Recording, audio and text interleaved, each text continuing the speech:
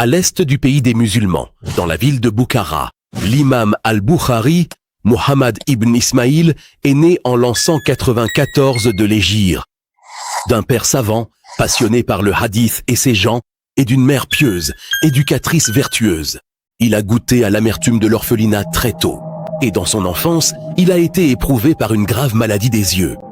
Après de longues prières et de ferventes supplications à Dieu, sa mère a vu en rêve Ibrahim, paix sur lui, qui lui a dit « Ô toi, Dieu a rendu la vue à ton fils à cause de l'abondance de tes pleurs ou de tes prières. » Au matin, Dieu lui avait effectivement rendu la vue, par la bénédiction de ses prières pour lui. Sa pieuse mère l'a élevé dans l'amour de la religion et l'a poussé à assister au cercle de science après que les signes de génie et de distinction se soient manifestés chez lui. Car Dieu, exalté soit-il, lui avait accordé une mémoire exceptionnelle qui surpassait celle de ses camarades. Et c'était l'un des secrets de sa distinction et de sa réussite.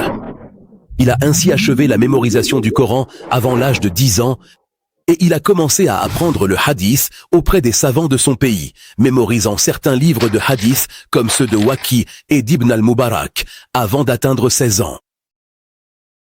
Mère, j'aimerais te demander la permission pour une affaire qui me tient à cœur. Dis-moi, Muhammad. J'ai rendu visite aux imams du hadith et à leurs cheikhs à la Mecque, et j'ai trouvé chez eux de nombreuses sciences que j'aspire à apprendre, et j'espère que tu me permettras de rester ici pour les apprendre auprès de leurs maîtres. Tu veux dire les sciences de la narration, de la compréhension et des rapporteurs? C'est bien cela, mon frère. Ta présence est chère à mon cœur, mon fils. Mais apprendre l'islam et la sunna du messager d'Allah, que la paix et le salut soient sur lui, est plus cher et plus grand. Pars avec la bénédiction d'Allah, car ton père aimait le hadith et ceux qui l'étudient. Il partit en pèlerinage avec sa mère et son frère Ahmad. Et il choisit de rester seul à la Mecque pour rechercher la science, par amour pour Dieu et son messager, et au service de la religion de Dieu. De là, il parcourut les pays, écoutant les hadiths et les consignant. Il apprit auprès des savants de la Mecque et de Médine, et il voyagea à Bagdad, Bassora, la Jazira, l'Égypte et ailleurs. Et il rencontra les plus grands savants de son époque, comme Yahya ibn Ma'in, Ahmad ibn Hanbal, Ibn al-Madini et d'autres. Et il bénéficia de leur expérience dans les sciences du hadith, et il puisa dans l'héritage des imams précédents, tels que l'imam Malik et les grands tabi'in. Et il composa le livre Al-Tarikh al-Kabir, qui fut le premier ouvrage de son genre à offrir une étude complète sur les rapporteurs du hadith. Dans son ouvrage, il s'est appuyé sur les règles de vérification établies par les grands savants du hadith. Et il a utilisé son sens critique pour classer les rapporteurs, et ce livre fut sa référence pour l'étude des transmetteurs des hadiths. Al-Bukhari commença à compiler son Sahih en sélectionnant les hadiths les plus authentiques rapportés du prophète, paix et salut sur lui, en respectant des règles de vérification précises et strictes établies par les grands savants du hadith avant lui, ce qui lui permettait de vérifier l'authenticité du hadith, puis il consultait Dieu le Très-Haut avant de consigner le hadith dans son recueil qu'il nomma Al-Jami' al-Musnad al-Sahih al-Mukhtasar min Umur Rasulallah wa Sunanihi wa Ayyamihi. Il l'acheva en 16 ans. J'ai voyagé de Boukhara à Bagdad, Bassora, Wassit, Médine, la Mecque et d'autres villes. J'ai traversé des déserts et des terres arides. J'ai marché dans les déserts des nuits et des mois durant, avec les caravanes, à la recherche des hadiths du messager d'Allah, paix et salut sur lui. Ni la chaleur, ni le froid, ni la longueur du voyage, ni le manque de provisions ne m'ont arrêté. J'avais pour objectif de rassembler les hadiths les plus authentiques attribués au messager d'Allah, paix et salut sur lui.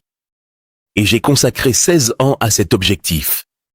Je n'écrivais aucun hadith sans vérifier minutieusement sa chaîne de transmission, m'assurant de la probité de ses rapporteurs et de la rencontre entre eux. Puis je faisais mes ablutions et je consultais Dieu avant de compléter le recueil authentique par la grâce et la réussite d'Allah.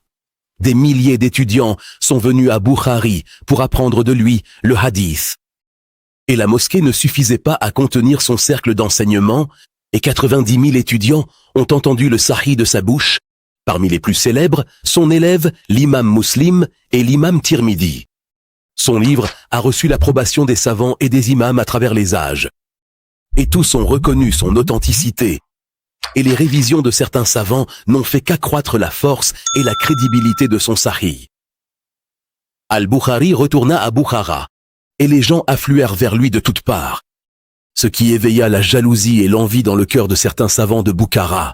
Ils répandirent contre lui l'accusation d'avoir dit que le Coran était créé. Cela l'attrista profondément, et sa maladie s'aggrava à cause de cette calomnie. Et son chagrin s'accrut encore lorsque le gouverneur de Bukhara l'exila dans la ville de Kartank, où il demeura jusqu'à sa mort en l'an 256 de l'Hégire. À notre époque, l'attaque contre Al-Bukhari, que Dieu lui fasse miséricorde, se renouvelle de la part de ceux qui pensent qu'ils pourront discréditer la noble Sunna en s'en prenant à un seul livre. En réalité, même si Al-Bukhari et son Sahih n'avaient jamais existé, rien n'aurait changé. Car tous les hadiths qu'il a authentifiés se trouvent dispersés dans d'autres recueils de la Sunna. Et des centaines de savants sincères s'en sont occupés.